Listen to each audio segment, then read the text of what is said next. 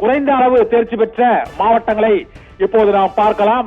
அதில் ராணிப்பேட்டை மற்றும் கிருஷ்ணகிரி, திருவள்ளூர், நாகை, திருவண்ணாமலை ஆகிய மாவட்டங்களின் தேர்ச்சி விகிதமானது குறைவாக இருக்கிறது. இதில் திருவண்ணாமலை மாவட்டத்தில் மிக குறைந்த அளவு தேர்ச்சி விகிதமாக 90.47% மாணவர்களே தேர்ச்சி அடைந்திருக்கிறார்கள். அதற்கு அடுத்தபடியாக குறைவாக தேர்ச்சி அடைந்த மாணவர்கள், அதாவது கடைசியில் முதலிடம், லாஸ்டில் ஃபர்ஸ்ட் திருவண்ணாமலை, இரண்டாம் இடம் நாகப்பட்டினம் 91.19% மாணவர்கள் மட்டுமே நாகப்பட்டினம் மாவட்டத்தில் தேர்ச்சி அடைந்திருக்கிறார்கள்.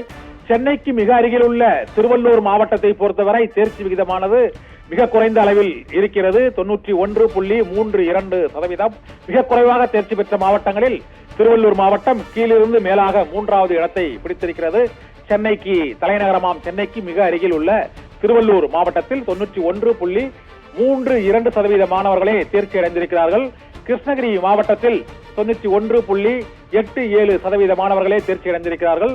ராணிப்பேட்டை மாவட்டத்தில், வேலூர் மாவட்டத்தில் இருந்து பிரிந்த ராணிப்பேட்டை மாவட்டத்திலும் தேர்ச்சி விகிதமானது 92.28% அளவுக்கு தேர்ச்சி அடைந்திருக்கிறார்கள். குறைந்த அளவு தேர்ச்சி பெற்ற இந்த 5 மாவட்டங்களில் திருவண்ணாமலை கடைசி இடத்தை பெறுகிறது. கடைசி இடத்திற்கு முந்தைய இடத்தை நாகப்பட்டினமும், அதற்கு முந்தைய இடத்தை திருவள்ளூர் மாவட்டமும், அதற்கு முந்தைய இடத்தை கிருஷ்ணகிரி மாவட்டமும், 5வது இடத்தை ராணிப்பேட்டை மாவட்டமும் மிக குறைவான மாணவ மாணவிகளே தேர்ச்சி பெற்ற மாவட்டங்களில் இந்த 5 மாவட்டங்களும் இடம் பெற்றிருக்கின்றன.